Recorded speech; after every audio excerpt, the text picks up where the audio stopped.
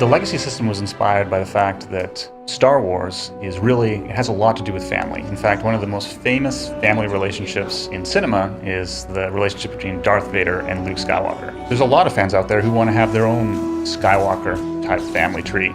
And the ability to create your own last name and to create essentially your own family dynamic, I think is going to appeal to a lot of players. No one's really ever done a system where your characters have these ties. People sometimes like to imagine that their characters are related to each other, but it's been a part of our design to actually really make that official since the very early stages of the game. In our system, you can actually build sort of that relationship tree and say, hey, this guy was the parent to this guy, and this guy was the brother to this guy, and this guy was the ally to this guy.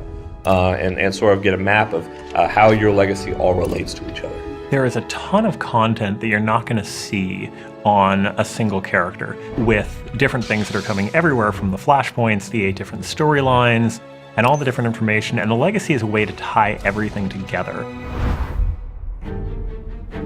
A big part of what we're doing at Legacy is making it easier and more convenient to play your next character and the character after that. Because you've already spent this time with your main character, maybe there are some things that your next character learned from his father or from his mother that make your journey through the world easier the next time.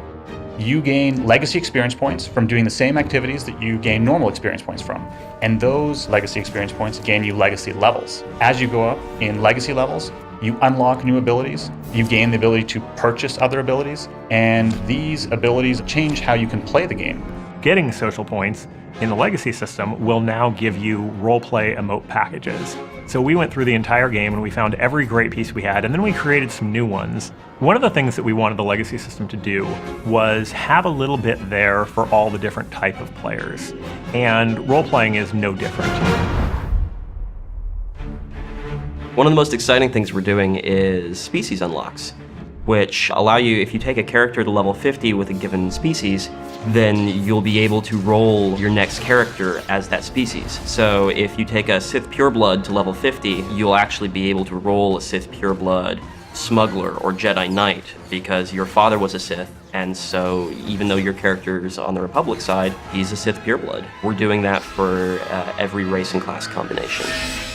If you hit certain benchmarks in your class player story, we're going to give you unlocks that, for example, might allow you to, I don't know, force choke somebody while you're playing an agent.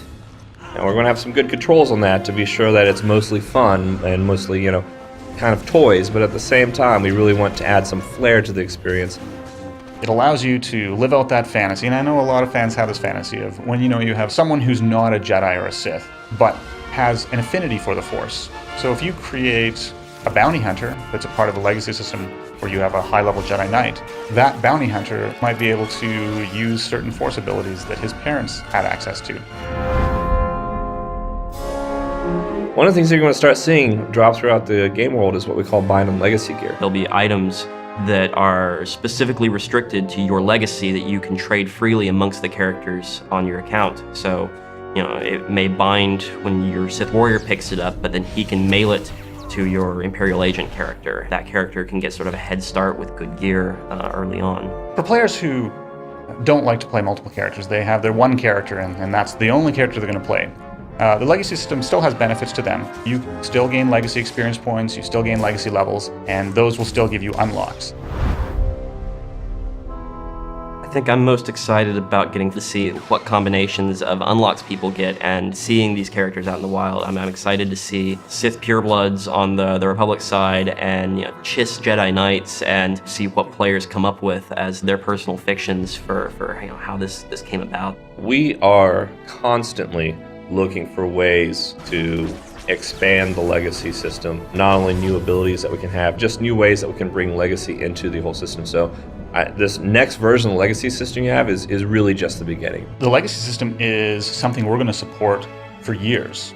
We have a team that's entirely focused on continuing to add new abilities, new perks, and some other secret stuff I can't really give details about right now. But suffice to say, you're going to see new stuff in the legacy system for many, many months to come.